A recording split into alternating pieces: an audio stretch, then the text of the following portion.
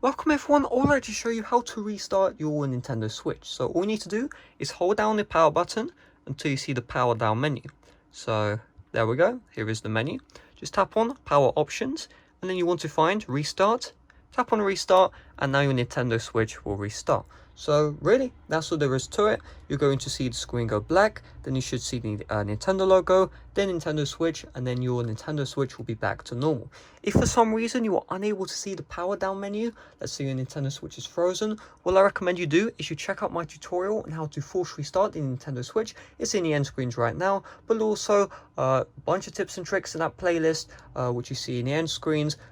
30 videos or something like that. So if you want to learn something new on your Nintendo Switch, I recommend you check out that playlist right now on the end screens. If you don't see the playlist, check the description down below. So hopefully this video helped you out. If it did, make sure to leave a like, subscribe for brand new. See you guys later. Bye bye.